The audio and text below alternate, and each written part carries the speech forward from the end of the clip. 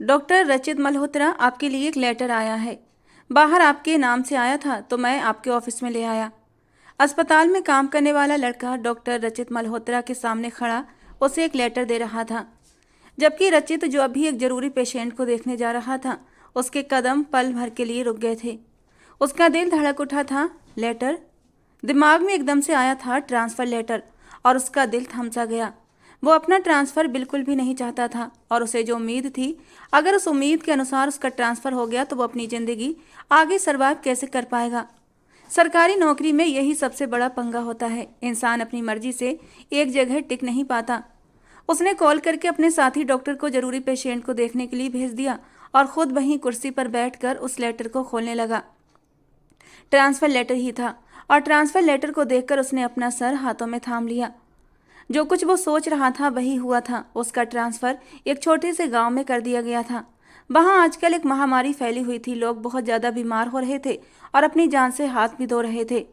वहां कोई डॉक्टर, कोई क्लिनिक, कोई डिस्पेंसरी न होने की वजह से लोगों को इलाज नहीं मिल पा रहा था, और सरकार ने तय किया वहां किसी अच्छे काबिल डॉक्टर को भेजा जाए जो वहां के हालात को काबू में कर सके। और यही मद्देनजर रखते हुए डॉक्टर रचित मल्होत्रा का ट्रांसफ़र उस गांव में कर दिया गया। रचित मल्होत्रा एक नरम दिल इंसान था। उसका ये इरादा तो बिल्कुल नहीं था कि वहां जाकर लोगों की मदद न करता, लेकिन उसे परेशानी इस बात की थी, वो एक बहुत छोटा सा गांव था, और वो शहर में रहने वाला इतना बड़ा काबिल डॉक्टर कैसे वहां सरवाइव कर पाएगा। उसने सरकार से निवेदन किया था कि मैं अपनी टीम के साथ जाकर वहां लोगों की मदद करूंगा, लेकिन फिलहाल मेरा ट्रांसफ़र ना करें। लेकिन सरकार ने उसके निवेदन को खातिर में न लाते हुए उसका ट्रांसफ़र ही कर दिया। अब न जाने कब तक उस छोटे से गांव में सड़ना पड़ेगा। वो बेदिली से उठा, घड़ी पर नजर डाली, छुट्टी का भी टाइम हो चुका था। अपना कोट कुर्सी से उठाता हुआ वो अपनी गाड़ी की चाबी लेकर बाहर की तरफ कदम बढ़ा गया। अभी गाड़ी स्टार्ट करने ही वाला था, तभी अवंतिका की कॉल आई। रचित, कहाँ हो? आई होप तुम्हारी छुट्टी हो गई है और तुम हॉस्पिटल से बाहर निकल आए हो। I am right? जी ठीक कह रही हो, मैं घर जा रहा हूँ। बिल्कुल भी नहीं, घर जाने की कोई ज़रूरत नहीं। मैं तुमसे मिलना चाहती हूँ। यार, इतने दिन हो गए हैं और तुमसे मुलाकात नहीं हुई। अवंतिका की बातों पर उसके दिल को थोड़ा सुकून मिला था। अवंतिका, उसकी मंगेतर, उसका प्यार, वो भी इस वक्त शांति और सुकून चाहता था। और फिर कल उसे यहाँ से चले जाना भी था। फिर पता नहीं अवंतिका से कितने दिनों बाद उसकी मुलाकात होती, और बात भी होती या ना हो पाती। इसीलिए उसने अवंतिका को पिक करने के लिए गाड़ी उसके बताए हुए एड्रेस पर डाल दी। वो अवंतिका को लेकर एक रेस्टोरेंट में चला आया। रचित के चेहरे पर फैली उदासी देखकर अवंतिका शक में पड़ चुकी थी। क्या बात है रचित, तुम कुछ परेशान हो? और रचित उस पर अपनी सारी परेशानी जाहिर कर गया। अवंतिका, बहुत परेशान हूँ, तुम्हें पता है मेरा ट्रांसफ़र हो गया है। और इस बात पर अवंतिका का चेहरा भी उतर गया था। तो इसीलिए परेशान हो। लेकिन रचित, मैं तुम्हारे बिना इतने दिन कैसे रहूंगी? रचित ने 2 कॉफ़ी का ऑर्डर कर दिया था और टेबल पर हाथ रखे किसी गहरी सोच में गुम था। रहना तो पड़ेगा अवंतिका, कुछ दिनों की बात है। गांव के हालात ठीक होते हैं तो मैं जल्दी ही अपना ट्रांसफ़र दोबारा से यहीं करवा लूँगा, और कोशिश करूँगा वहाँ से आने के कुछ ही दिन बाद हम शादी कर लें। ये कहते कहते उसने अवंतिका का हाथ थामा था, क्योंकि अवंतिका, तुमसे और ज़्यादा दूर रहना नहीं चाहता। एक सुकून चाहता हूँ, ज़िंदगी को स्थिर करना चाहता हूँ, ज़िंदगी में आगे बढ़ना चाहता हूँ। और वैसे भी हमारी मंगनी को 5 साल हो चुके हैं। उसकी इस बात पर अवंतिका खुशी से खिल उठी थी। उसे समझाते हुए बोली, चलो कोई बात नहीं रचित, खुद को संभालो और समझाओ। और तुम्हें वहाँ जाना चाहिए, उन लोगों को तुम्हारी ज़रूरत है। मेरा क्या है, मैं तुम्हारा इंतज़ार कर लूँगी, इस होप के साथ कि आते ही मैं हमेशा हमेशा के लिए तुम्हारी हो जाऊँगी। उसकी बात पर रचित को थोड़ा सुकून मिला था। अवंतिका को घर ड्रॉप करने के बाद वो अपने घर वापस आ गया, जहाँ अनीता जी उसी का इंतज़ार कर रही थी। क्या बात है बेटा, इतनी देर लगा दी? हाँ मम्मा, वो अवंतिका से मिलने चला गया था। अवंतिका की बात पर अनीता जी ने गहरा सांस लिया। अच्छा चलो, हाथ मुंह धो लो, मैं खाना लेकर आती हूँ।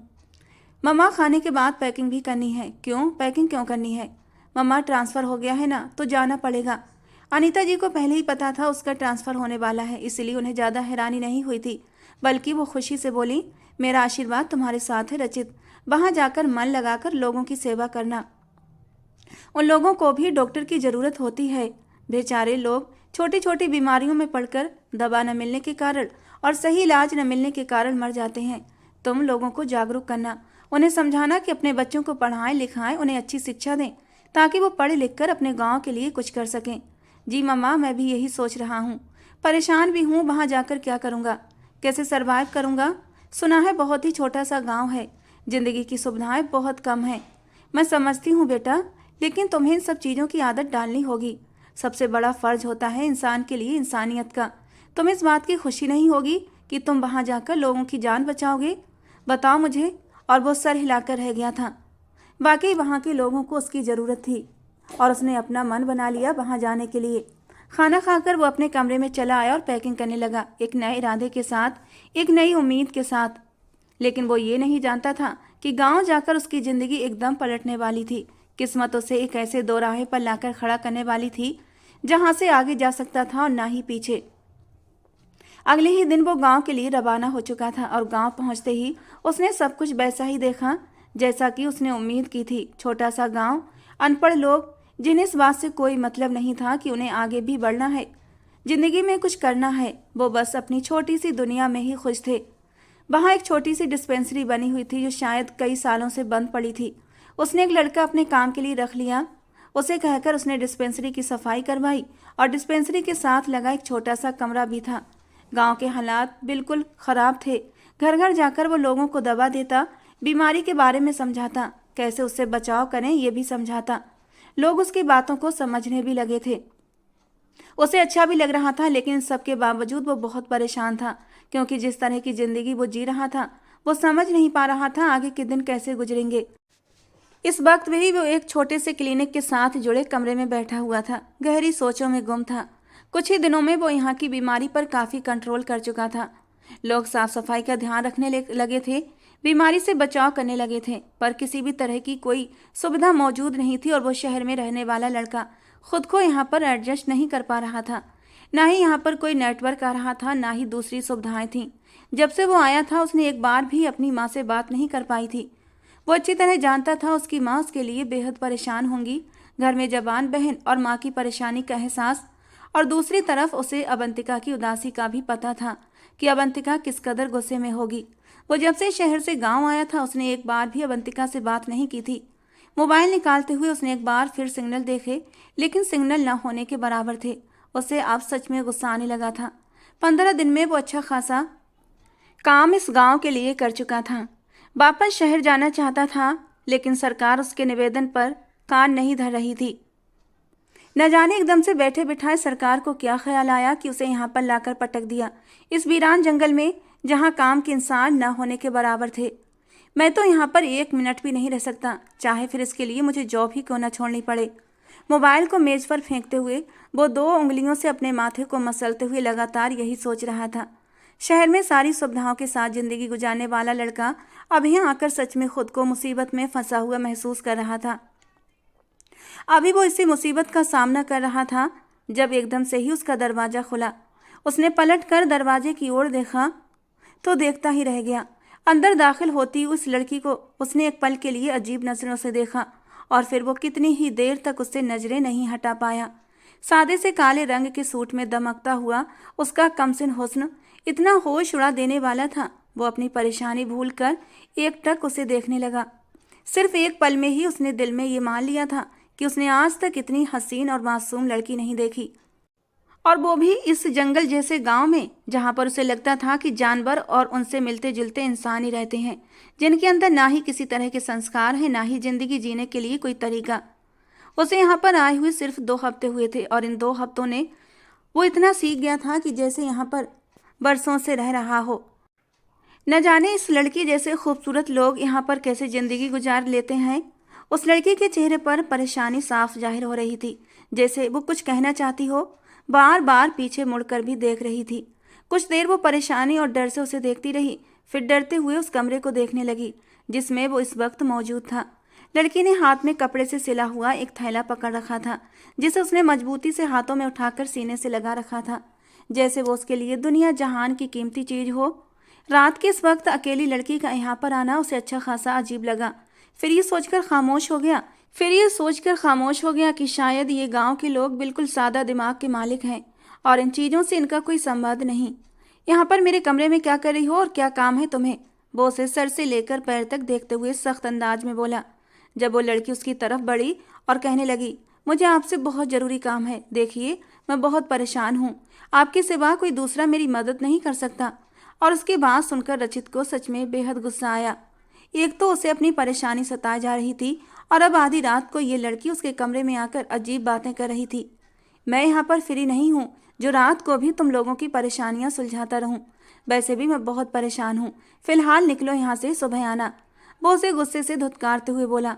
जब वो हैरानों परेशान नजरों से उसकी तरफ बढ़ी। हे भगवान, आप तो मुझसे भी ज़्यादा परेशान लग रहे हैं।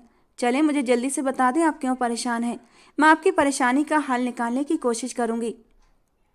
वो उसके बिल्कुल करीब होते हुए उसे परेशानी से देखते हुए बोली। और रचित को एक बार फिर उसका अंदाज देखकर अजीब लगा। वो ऐसे बातें कर रही थी जैसे वो एक दूसरे को सदियों से जानते हों। उसने गांव में आकर ये बात अच्छे से नोट की थी। यहाँ के लोग काफ़ी मिलनसार होते हैं और पहली ही मुलाकात में फ्री हो जाते हैं। लेकिन वो फिलहाल कोई भी मुसीबत सर लेना नहीं चाहता था।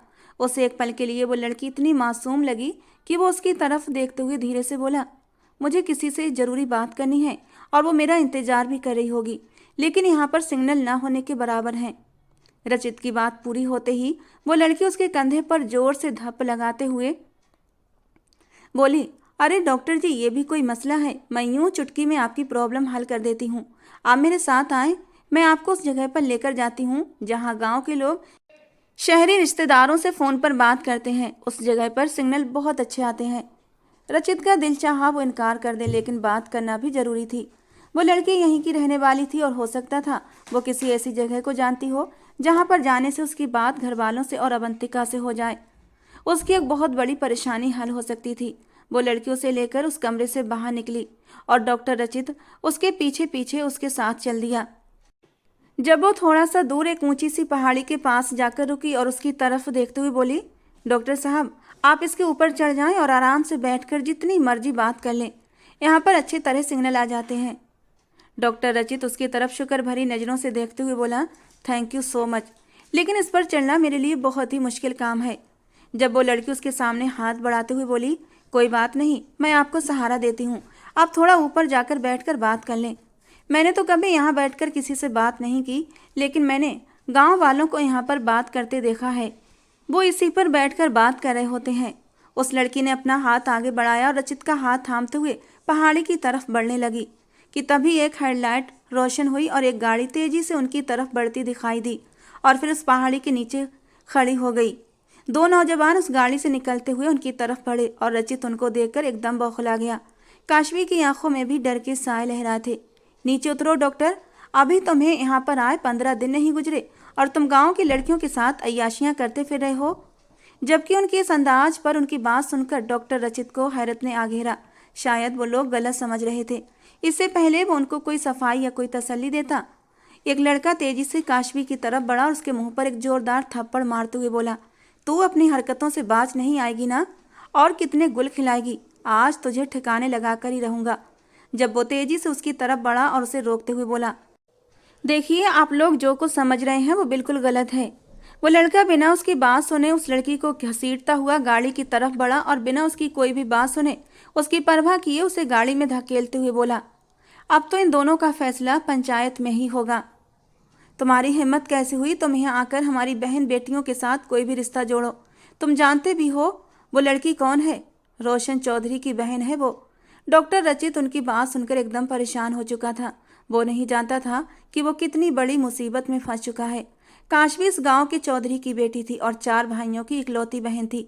उसका बाप इस इलाके की पंचायत का मुखिया था।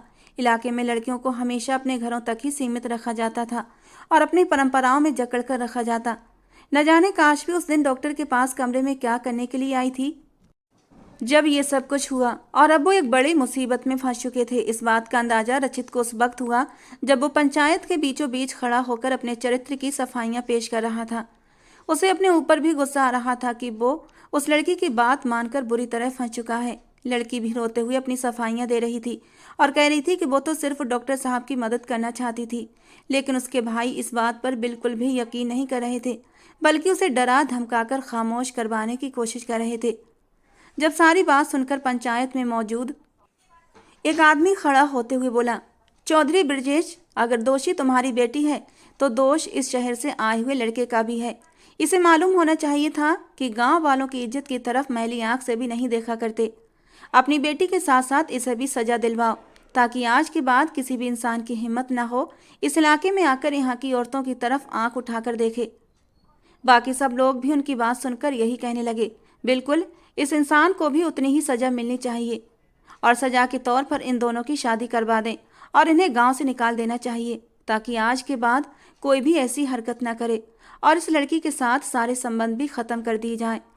जब रचित एकदम से भड़कते हुए बोला, मैं यहाँ पर सरकार की तरफ से तुम लोगों की मदद के लिए आया हूँ और तुम लोग मेरे साथ ऐसा नहीं कर सकते और ना ही मैं अपनी ज़िंदगी का इतना बड़ा फैसला ऐसे आसानी से करने दूंगा। मुझे कोई शौक नहीं है गांव की जाहिल गवार लड़कियों से शादी करने का।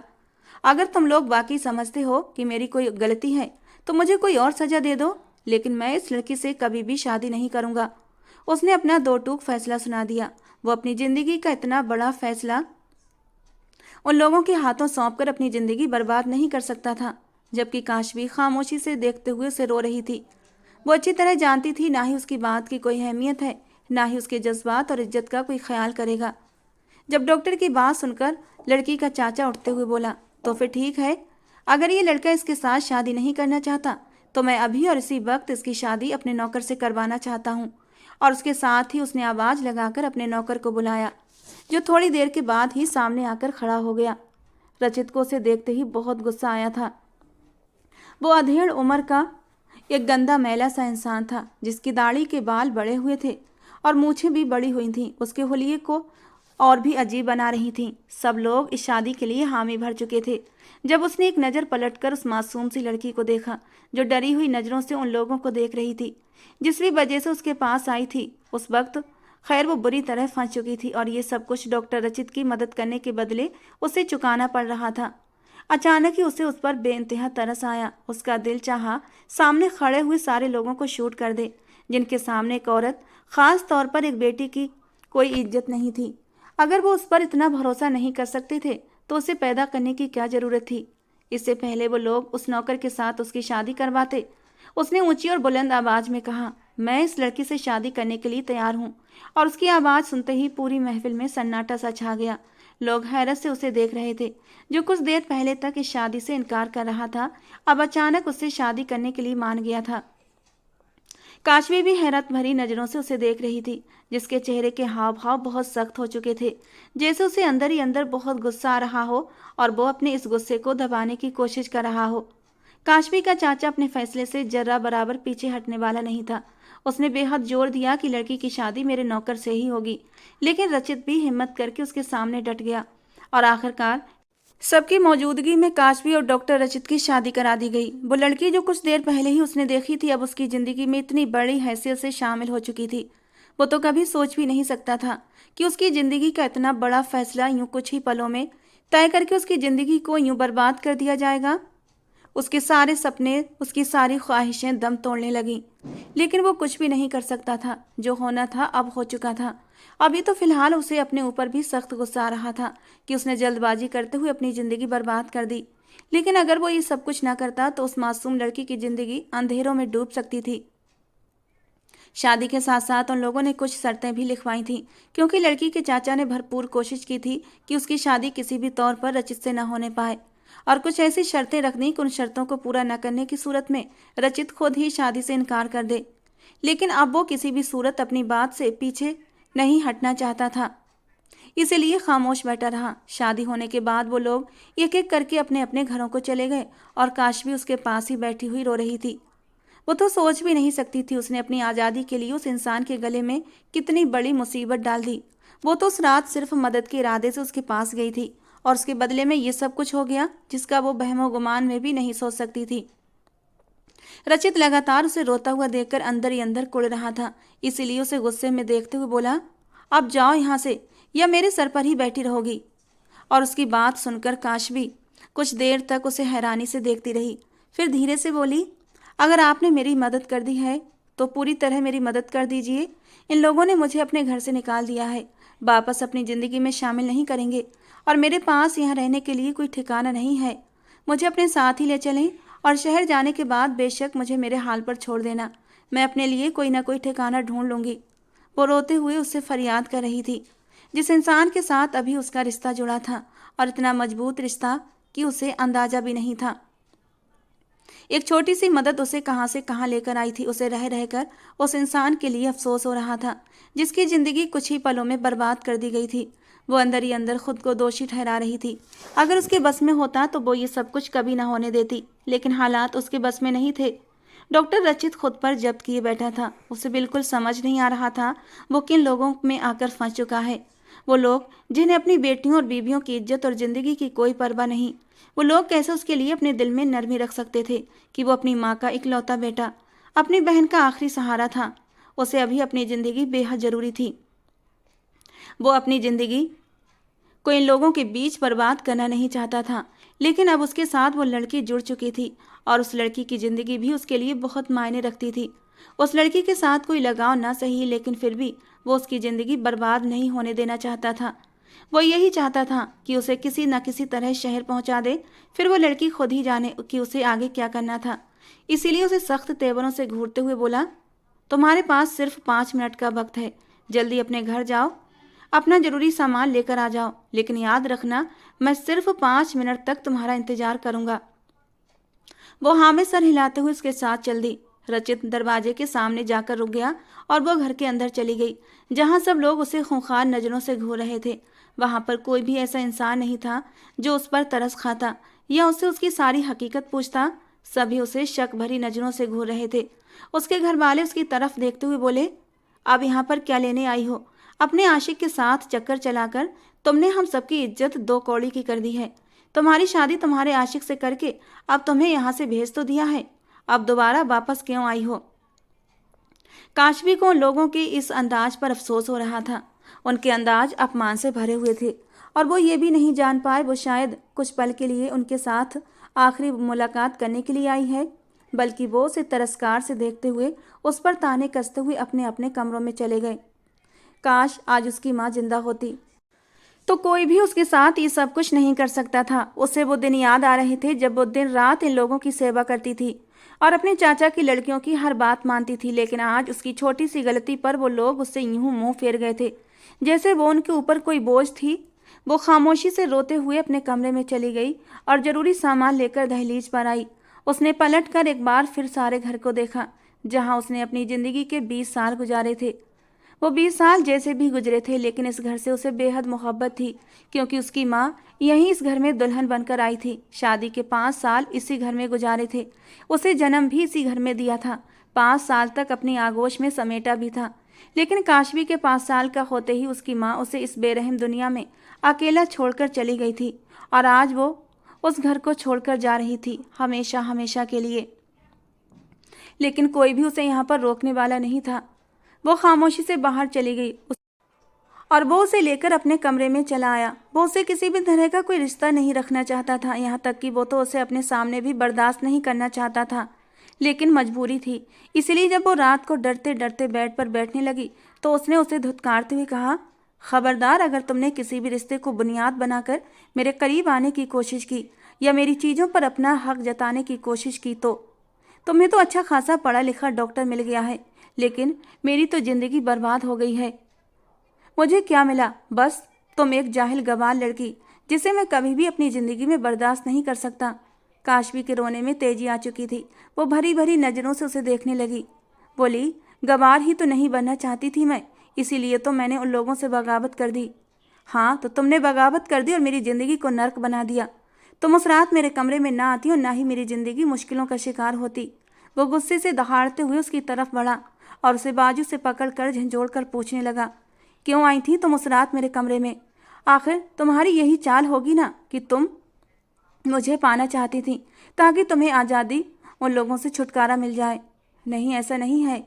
मैं सच कह रही हूँ, मैं पढ़ना चाहती थी और गांव में आपके अलावा कोई भी इतना पढ़ा लिखा नहीं था जो मुझे ये बात समझा सकता कि मैं प्राइवेट तौर पर कैसे पढ़ लिख सकती हूँ। मुझे पढ़ने लिखने का बहुत शौक है। वो डरी हुई नज़रों से रचित को देखते हुए कह रही थी, जो उसकी तरफ देखते हुए तंज भरी हंसी हंसने लगा। यानी अब तुम मुझे अपनी इन मासूम भरी बातों में उलझाओगी और मैं उलझ जाऊंगा?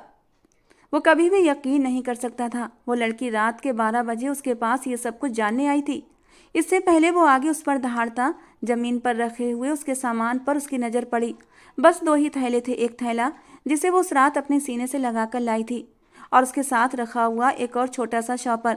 वो जल्दी से थैले की तरफ बढ़ा और उसे खोल कर देखा।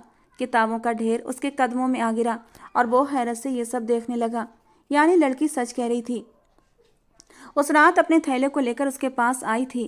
थैले में मौजूद किताबें और कुछ कागजात यही बता रहे थे कि वो उससे किसी तरह का कोई मशवरा लेना चाहती थी, और फिर उसकी मदद करते हुए पकड़ी गई, और एक गलतफहमी के कारण उन दोनों के बीच रिश्ता बना दिया गया। उसे लड़की से सख्त उलझन हो रही थी, लेकिन फिर भी उसे न जाने क्यों उस पर तरस भी आ रहा था। लेकिन फिर भी वो अपने गुस्से को छुपा नहीं पा रहा था। फिर खुद पर काबू पाते हुए उसकी तरफ देखते हुए बोला, ठीक है, अगर तुम पढ़ना ही चाहती हो तो मैं तुम्हारी ज़िंदगी को आज़ाद करके तुम्हें तुम्हारे फ्यूचर की तरफ ले जाऊंगा, लेकिन तुम मुझे यूं मोहरा बनाकर अपनी ज़िंदगी नहीं संवार सकती। अब खामोशी से सोफे पर जाकर लेट जाओ, क्योंकि सुबह हमें शहर जाना है। मैं यहाँ से अपना ट्रांसफ़र शहर में करवा लूँगा। काशवी के लिए इतना ही काफ़ी था कि वो उसकी बात पर यकीन कर चुका था। वो खामोशी से सोफे पर बैठते हुए कुछ देर तक इंतजार करती रही। जब रचित पूरी तौर पर नींद की वादियों में उतर गया तो फिर वो भी सोफे पर लेट गई। अनजानी जगह पर उसे नींद नहीं आ रही थी, लेकिन दिन भर की थकावट की वजह से उसने अपनी आंखें बंद कर लीं और 2 आंसू उसकी आंखों से टूटकर उसके बालों में खो गए। न जाने उसकी किस्मत कैसी थी। बचपन से ही माँ का साया सर से उठ गया और बाप ने ध्यान न दिया, क्योंकि बाप को तो सिर्फ अपने बेटों से ही लगाव था। वो यही समझता था औरत जात मर्द की कमजोरी का कारण बनती है, और वो अपनी बेटी को कभी भी अपनी ज़िंदगी में कमजोरी बनाना नहीं चाहता था। इसीलिए उसने आज तक काशवी से न कभी प्यार की बात की, ना ही उसका एहसास किया। जबकि उसके चाचा की लड़कियां उसी घर में बहुत ही खूबसूरती के तौर पर अपने ऐशो आराम के साथ जिंदगियां गुजार रही थीं। बचपन से ही उसने सोच लिया था वो पढ़ लिख कर अपने सपने पूरे करेगी, और इसके लिए चाहे उसे कितनी ही मेहनत क्यों न करनी पड़े। वो हमेशा यही चाहती थी वो पढ़े और अपना नाम रोशन करे, अपने कदमों पर खड़ी हो, ताकि उसके बाप को पता चले बेटियां सरदर्द नहीं होती। उस रात भी वो इसी हवाले से डॉक्टर रचित के पास आई थी। दरअसल जब उसे ये पता चला शहर से एक पढ़ा लिखा डॉक्टर आ चुका है, तो उसने अपने दिमाग में इरादा कर लिया था वो उस डॉक्टर के पास जाएगी, उससे अपनी पढ़ाई के बारे में बात करेगी, उससे मदद लेगी, क्योंकि यहाँ पर कोई और ऐसा इंसान नहीं था जो उसकी मदद कर पाता, और ना ही उसके घर वाले ज़्यादा पढ़ाई कराने की इजाज़त देते। यही बातें सोचते सोचते अब उसकी आंख लग गई और वो नींद की गहरी वादियों में उतर गई। सुबह जैसे ही उसकी आंख खुली तो रचित कमरे में अपनी पैकिंग में बिजी था। वो जल्दी से उठकर बैठ गई। ना उसकी तरफ देख रहा था और ना ही उससे बात कर रहा था। वो खामोशी से अपना काम समेट रहा था, और थोड़ी देर बाद दरवाजे पर दस्तक हुई। एक नौकर खाने की ट्रे लेकर चला आया तो डॉक्टर रचित ने अपने छोटे मोटे कामों के लिए रखा हुआ था। रचित ने खामोशी से खाना खाया और बचा हुआ खाना उसकी तरफ बढ़ाकर बाहर चला गया। उसे भी बहुत तेजी से भूख लग रही थी। रात भी उसने कुछ नहीं खाया था, इसलिए झिझकते हुए उठी और बाकी खाना ट्रे में रखकर खाने लगी। उसे मालूम हो गया रचित ने उसके लिए भी खाना मंगवाया है, लेकिन फिर उसे बिना कुछ कहे ही खुद बाहर चला गया था, ताकि वो आराम से बेझिझक पेट भरकर खाना खा ले। काशवी ने पेट भरकर खाना खाया, अब उसका इंतजार कर रही थी। जब थोड़ी देर बाद वो अंदर दाखिल हुआ, उसकी तरफ देखते हुए बोला, अपना सामान उठाओ, हम शहर के लिए निकल रहे हैं। उसका सामान तो न होने के बराबर था, बस किताबों से भरा एक थैला और एक चादर, जिसे उसने अपने ऊपर ओढ़ लेने के बाद उसके साथ कदम बढ़ा दिए। उसके अंदर अलग अलग सोचों का सिलसिला था। वो नहीं जानती थी ये इंसान उसे कहाँ ले जाकर छोड़ देगा, लेकिन देखने में पढ़ा लिखा, रौबदार और शानदार पर्सनालिटी रखने वाला इंसान उसका होते हुए भी उसका नहीं था, और एक बार फिर उसकी जिंदगी अंधेरों की नज़र हो जानी थी। गाड़ी में उसे बिठाने के बाद रचित ने सामान गाड़ी में रखा और खुद ड्राइविंग सीट संभाल ली। गांव के वीरान मंजरों को छोड़कर आगे की तरफ गाड़ी बढ़ती जा रही थी, और गाड़ी में बैठे हुए दोनों इंसान अपनी जंग अपने अंदर ही लड़ रहे थे। रचित अच्छी तरह जानता था वो अवंतिका से जुड़ा हुआ है, और अवंतिका उससे बेहद मोहब्बत करती थी। वो अपनी माँ का इकलौता बेटा था। न जाने उसकी माँ ने उसकी शादी के हवाले से क्या क्या सपने सजा रखे थे। उसे यह भी चिंता सता रही थी अब घर जाकर इस लड़की का इंट्रोडक्शन कैसे करवाएगा। वो लोगों को क्या बताएगा कि उस पर कैसे कैसे गंदे इल्जाम लगने के बाद इस लड़की को उसके सर पर थोप दिया गया था। लेकिन इतना तो कर ही सकता था, उस लड़की को किसी एनजीओ के हवाले कर देता। लेकिन फिर उसके बाद इस लड़की का क्या होगा? क्या वो इतना खुदगर्ज बन जाएगा, उसे तलाक दे दे और अपनी ज़िंदगी के बारे में सोचे? 100 तरह की जंगें उसके दिमाग की स्क्रीन पर चल रही थीं, जबकि गाड़ी के शीशे के पार चलते हुए मंजर को देखकर काशवी अलग अलग सोचों में खोई हुई थी। उसके दिमाग में अभी भी ये बात बिल्कुल साफ थी कि उस रात डॉक्टर रचित किसी लड़की से बात करने के लिए इतना बेकरार हो रहा था। वो अच्छी तरह जान चुकी थी उसकी ज़िंदगी में पहले ही कोई मौजूद है, और न सिर्फ मौजूद है बल्कि अच्छी खासी हैसियत भी रखती है। और वो ये भी जानती थी उसकी हवेली में उसके लिए दरवाजे अब बिल्कुल बंद हो चुके हैं और वापसी का रास्ता ख़त्म था। बेकसूर होने के बाद भी वो लोग उसे कभी भी कबूल नहीं करेंगे। क्या वो इंसान उसे बाहर शहर ले जाकर छोड़ देगा और अपनी नई ज़िंदगी शुरू करेगा? अगर उसने उसे छोड़ भी दिया तो वो कहाँ जाएगी? वो तो शहर में किसी को जानती भी नहीं थी, लेकिन वो अब अपनी सारी जिंदगी उस इंसान के साथ तो नहीं गुजार सकती थी। भले ही अब वो उसका पति था, लेकिन वो कभी भी दिल से इस रिश्ते को स्वीकार नहीं करेगा। हमेशा यही समझता रहेगा कि काशवी उस पर जबरदस्ती थोप दी गई है और जबरदस्ती उसकी जिंदगी में शामिल कर दी गई है, और इस जबरदस्ती की लड़की के साथ जिंदगी गुजारना उसके लिए बहुत ही मुश्किल होगा। गाड़ी में बिल्कुल खामोशी थी। उन्होंने एक दूसरे से किसी तरह की कोई बात नहीं की थी। वो उसे लेकर एक होटल में पहुंचा, जहां पूछताछ की गई तो मजबूरन उसे अपनी पत्नी बताना पड़ा। तभी उन लोगों को वहां एक रूम दिया गया। उसने काशवी को उधर ही छोड़ दिया और खुद ड्यूटी पर चला गया। उसने अपनी माँ से बात तो कर ली थी, लेकिन फिलहाल इस बात को राज रखा था कि वो शहर में वापस आ चुका है। वो अवंतिका से फिलहाल मुलाकात करना नहीं चाहता था। अभी वो इंतजार करना चाहता था जब तक कि उस लड़की को किसी सुरक्षित ठिकाने पर न पहुंचा दे। पूरे दिन ड्यूटी के बाद वो शाम को घर आया तो काशवी किताबों में सर दिए बैठी थी। अंदर दाखिल होते ही उसे एहसास हुआ था जैसे वो उसका ही इंतजार कर रही है, क्योंकि रचित को अंदर आता देखकर वो जल्दी से उठकर खड़ी हुई थी और उसकी तरफ बढ़ी। लेकिन इससे पहले ही रचित ने हाथ में पकड़ा हुआ बैग बेड पर रख दिया। उसने सिर्फ एक नज़र उस लड़की को देखा था, जिसका चेहरा आज पहले से ज़्यादा लाल था और उसे बार बार हल्की हल्की खांसी भी आ रही थी। अभी भी वो कल वाले कपड़ों में ही थी। थोड़ी देर के बाद खाना आ गया। उसने खाना खाया और बाकी खाना फिर काशवी की तरफ सरका दिया। काशवी ने खामोशी से खाना खाया। रचित ना चाहते हुए भी उसकी एक एक हरकत पर नजर रख रहा था। थोड़ी देर के बाद वो सोने के लिए लेट गया। जब कुछ देर बाद वो उठी और आईने के सामने जाकर खड़ी हो गई।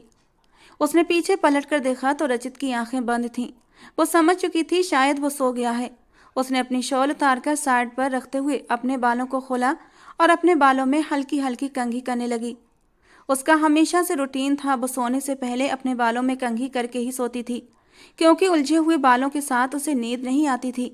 आज पूरा ही दिन वो उस इंसान का इंतजार करती रही थी, लेकिन वो आया तो भी उसने ना ही उससे कोई बातचीत की, ना ही कोई खैर खैरियत पूछी, बल्कि खामोशी से खाना खाया और खाना खाने के बाद लेट गया।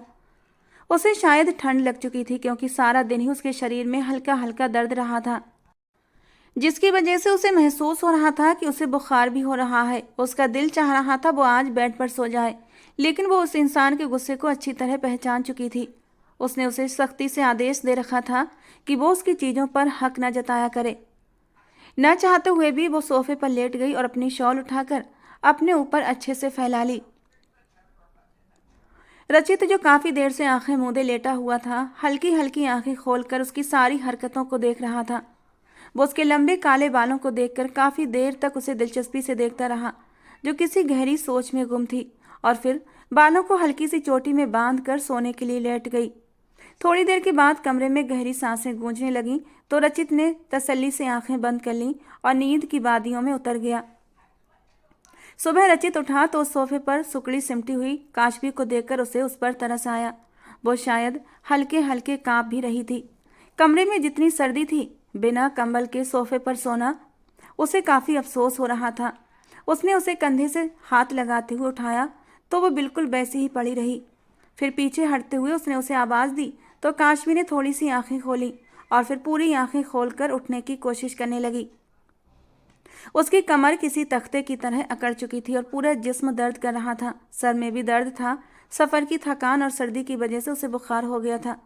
रचित ने आगे बढ़ते हुए उसकी नब्ज पर हाथ रखा और उसे देखते ही पता चल चुका था कि उसे ठंडी लग चुकी है।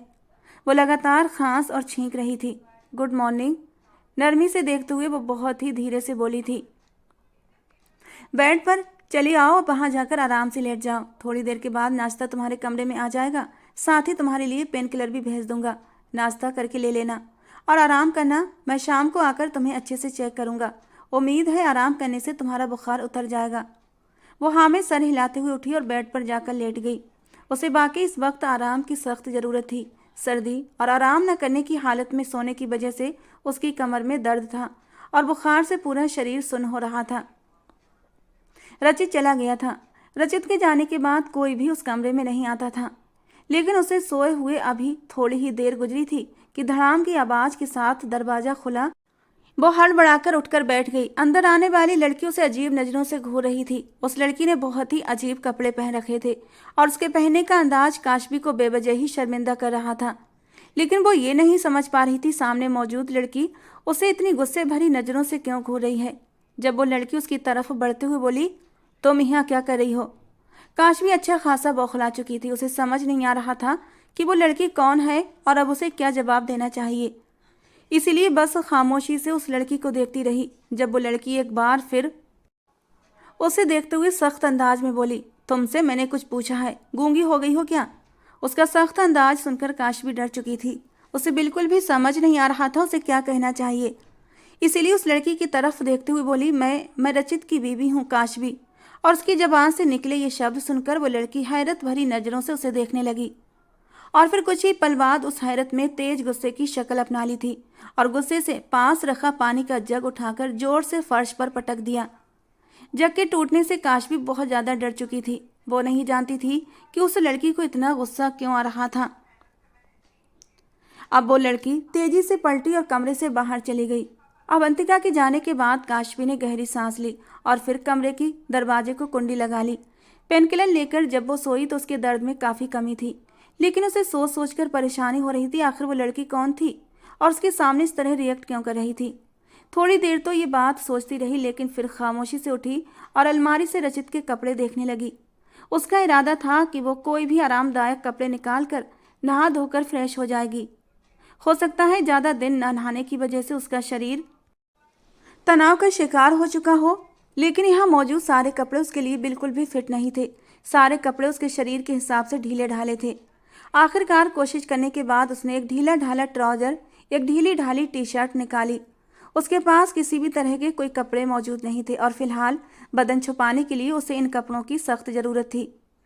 रचित अस्पताल में मौजूद था जब उसे अवंतिका की कॉल मिली, लेकिन फिलहाल वो उसके सवाल जवाब के मूड में नहीं था, इसलिए उसने कॉल कट कर दी। वो जिस बात को छुपा रहा था वो ये नहीं जानता था वो बात सबके सामने खुल चुकी है।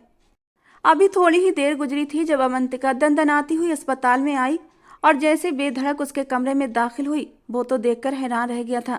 वो भी उसे देखते हुए सख्त गुस्से में थी, इसलिए बिना दूसरों की परवाह किए उसकी तरफ बढ़ते हुए गुस्से से चीखते हुए बोली, तुम्हें क्या लगता है कि तुम यहाँ पर आ जाओगे और मुझे खबर भी नहीं होगी? उसे अंदाजा हो चुका था कि वो बहुत गुस्से में है, इसलिए बाकी लोगों की परवाह करते हुए वो धीरे से उसकी तरफ बढ़ा। लेकिन वो और भी ऊंचा चीखते हुए बोली, तुम एक बहुत ही घटिया इंसान हो। तुमने मुझे धोखा दिया है।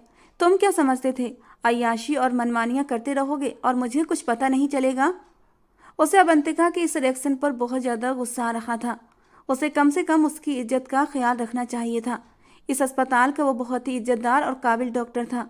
सब लोग उसे अजीब सी नज़रों से देख रहे थे।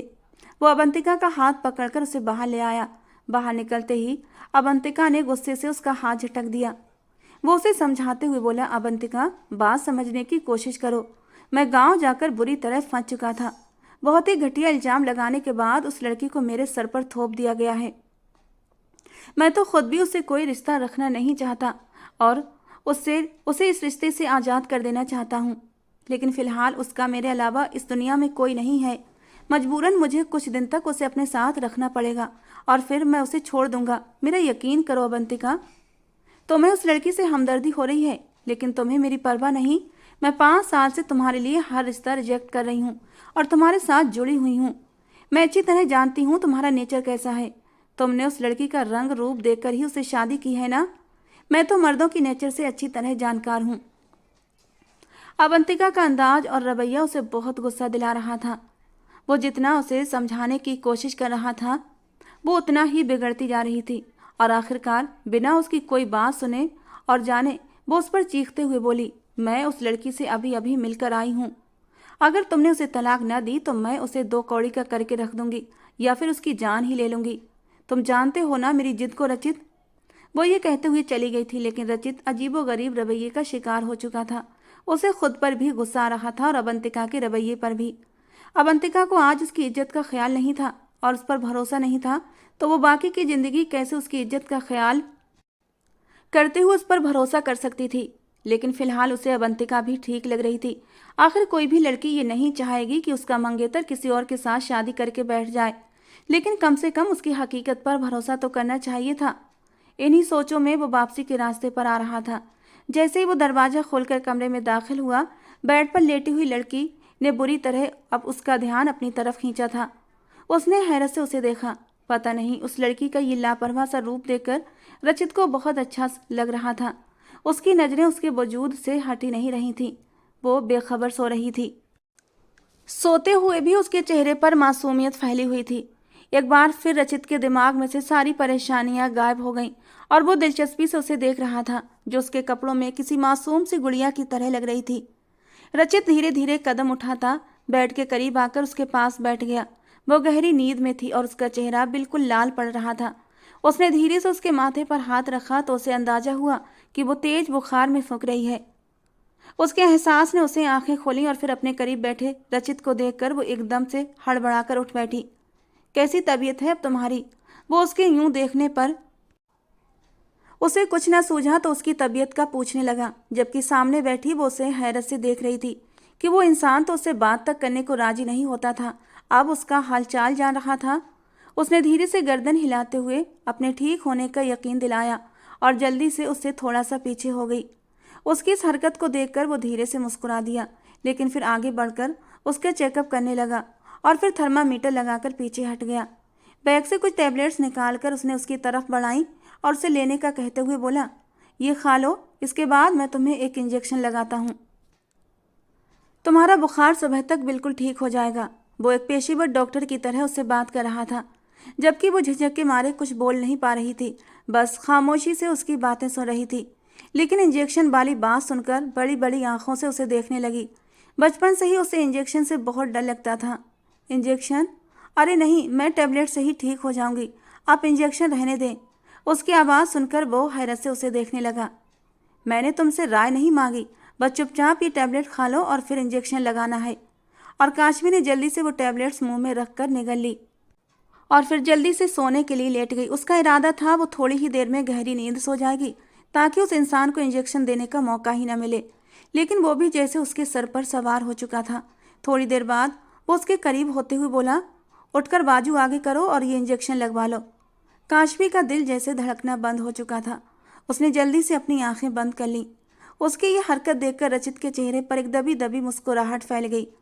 उसने आगे बढ़कर उसे बाजू से पकड़ते हुए बिठाकर इंजेक्शन तैयार किया। वो डर से अब उस इंजेक्शन को देख रही थी। देखिए, मेरा बुखार बिल्कुल उतर चुका है, इसलिए आप मुझे इंजेक्शन मत दें। जबकि वो आंखों में मुस्कुराहट लिए उसे ही देख रहा था। इस वक्त उसके सामने बैठी हुई वो लड़की और उसके गाल बुखार की वजह से लाल फूल की तरह लग रहे थे। लाल नशीली आंखें और ढीले ढाले कपड़े, और ढीले ढाले कपड़ों में नरम मुलायम नाजुक सा वजूद। वो सच में कयामत ढा रही थी और सामने बैठा इंसान उसके जादू में गिरफ्तार हो रहा था। वो बेहद मासूम थी, खूबसूरत थी, इतनी खूबसूरत थी कि उसे स्वीकार करना पड़ा कि उसने आज से पहले ऐसी खूबसूरत लड़की नहीं देखी। और खूबसूरती किसी भी मर्द को अपनी तरफ खींचने लगती है। उसे भी ये खूबसूरती बुरी तरह अपने जादू में जकड़ रही थी और उसकी नज़रों से पजल होते हुए वो बार बार उसे देख रही थी। उसने धीरे से उसका बाजू पकड़ा और उसे इंजेक्शन लगा दिया।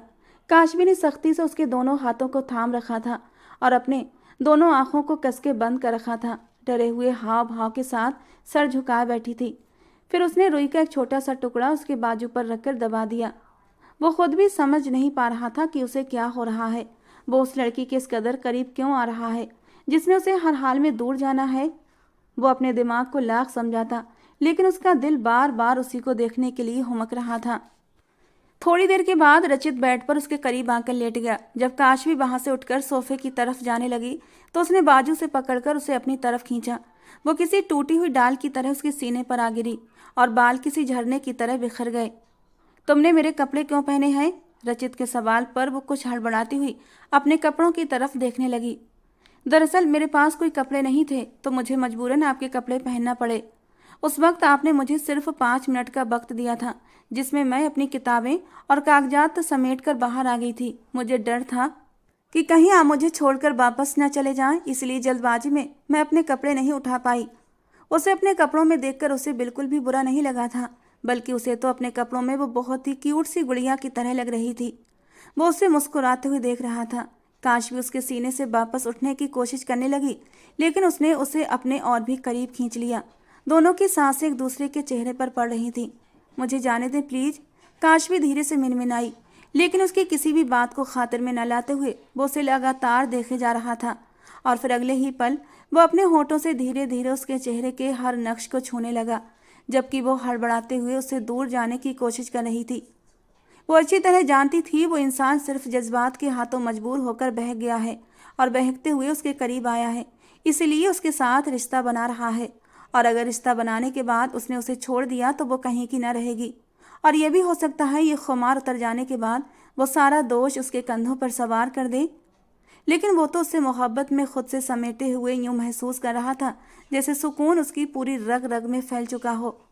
वो कोई दिल फेंक टाइप का इंसान नहीं था और ना ही खूबसूरती को देखकर इतनी जल्दी बहक जाने वाला। अवंतिका भी कम खूबसूरत नहीं थी। 5 सालों तक दोनों का रिश्ता रहा था और कभी भी उसने अवंतिका की तरफ गलत नीयत से कदम नहीं बढ़ाए थे। हालांकि अवंतिका बहुत बोल्ड और मॉडर्न टाइप की लड़की थी। कई बार वो रचित के बेहद करीब आ जाती थी, लेकिन रचित का दिल ही नहीं मचलता था अवंतिका के करीब जाने का। शायद ये दिलों के रिश्ते ऐसे ही होते हैं, जब तक हमारा दिल किसी के दिल से नहीं जुड़ता तो उसके करीब जाने का, उसे छूने का मन नहीं करता। और यही हाल शायद रचित का था। सामने मौजूद लड़की उसकी बीवी थी, उसके साथ उसका एक जायज रिश्ता था और वो उस पर अपना हक रखता था। बाद में जो भी होता देखा जाता, लेकिन फिलहाल वो उसके करीब होना चाहता था, उसकी खूबसूरती में खो जाना चाहता था। उसकी ना को इग्नोर करता वो उसे अपने आप में समेटने लगा।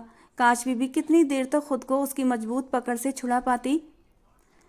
जब वो थक गई तो उसने खुद को उसकी बाहों में ढीला छोड़ दिया।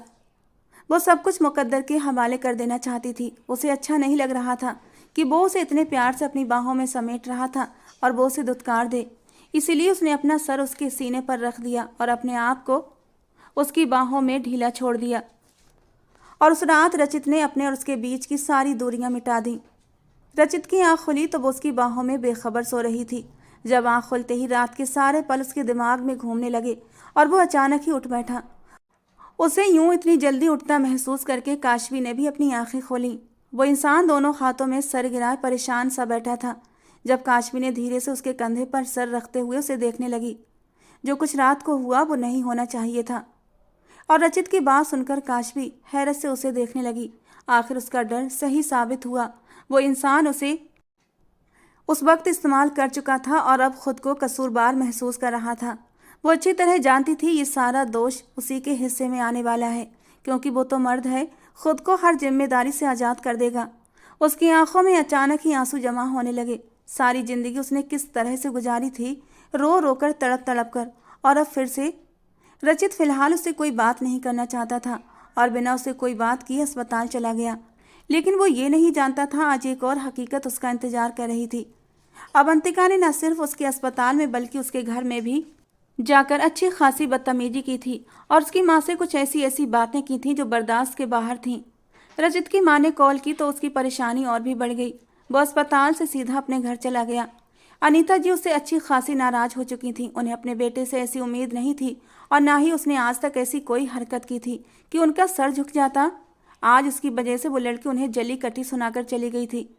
रचित को अवंतिका पर गुस्सा आ रहा था। वो सब कुछ बर्दाश्त कर सकता था, लेकिन अपनी माँ के साथ इस तरह का रवैया बर्दाश्त नहीं कर सकता था। उसने खुद ही अपनी माँ को सारी हकीकत बताने का फैसला किया और फिर धीरे धीरे हर राज उनके सामने खोलता चला गया। मैं जानता हूँ हो सकता है मेरी इस हरकत की वजह से आपका दिल दुखे, लेकिन मेरा ये इरादा नहीं था। मैं तो खुद इस सब के लिए तैयार नहीं था और अब मैं उस लड़की को नहीं छोड़ सकता, क्योंकि अब उसे छोड़ देना उसके लिए सरासर नाइंसाफ़ी होगी। और आपने मेरी परवरिश में ये बात शामिल नहीं की कि मैं किसी के साथ नाइंसाफ़ी करूं। अनीता जी को अपने बेटे पर यकीन था। वो अच्छी तरह जानती थीं अगर उनका बेटा ये सब कुछ कह रहा है तो बिल्कुल सच ही कह रहा होगा। इसलिए उसकी तरफ देखते हुए प्यार से बोली, मैं पहले भी यही चाहती थी तुम्हारी जिंदगी में ऐसी लड़की आए जो तुम्हें समेट ले और तुम उसका सहारा बनो। तुमने अपनी मर्जी से अवंतिका से रिश्ता किया था और अपनी मर्जी से ये रिश्ता निभा रहे थे, लेकिन बेटा मैं अब भी समझती हूँ उसके साथ नाइंसाफ़ी होगी। बेहतर है तुम जो भी करो अच्छी तरह सोच समझ कर फैसला करो। रचित ने फिलहाल अवंतिका के चैप्टर को क्लोज कर दिया। फिलहाल तो वो अपनी माँ अपनी बीबी काशवी के बीच संबंधों को ठीक बनाना चाहता था। रात जो कुछ भी उसके और काशवी के बीच हुआ था वो उसने किसी कमज़ोर पल में बहक कर नहीं बल्कि पूरे होशो हवास में और अपनी मर्जी से वो रिश्ता बनाया था। उसे ये रिश्ता बनाने पर कोई शर्मिंदगी भी नहीं थी। हाँ, दिल में थोड़ा सा डर था कि अवंतिका का क्या होगा, अवंतिका क्या रिएक्ट करेगी। लेकिन जब उसे पता चला कि अवंतिका ने मेरी माँ के साथ बदतमीजी की है तो ये डर और शक भी निकल गया था। उसे काशवी की याद सताने लगी। वो उसके पास जाना चाहता था। शायद वो सुबह बहुत ज़्यादा परेशान हो गई थी, शायद डर गई थी कि मैं उसे छोड़कर चला जाऊंगा।